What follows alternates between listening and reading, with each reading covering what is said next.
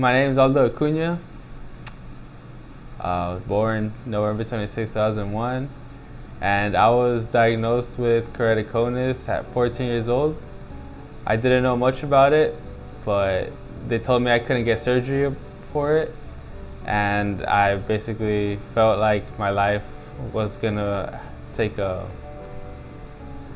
hard turn because I wouldn't get my full life potential, not being able to see like everyone else.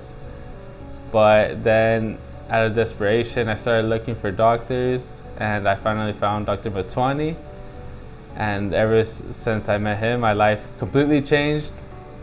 Because of him, I was able to get a job that I never thought I would be able to get because they needed good eye vision. And since I got surgery with him, I was able to get the career path that I always dreamed about. Yeah, and now I feel like I could live like everyone else. My vision is like how I felt that everyone else should have had being born with, because I wasn't born with the vision, well, that everyone else had. Yeah. And then would you recommend getting keratoconus surgery to other people? Yeah, 1000%, because then it would just change your life for the better.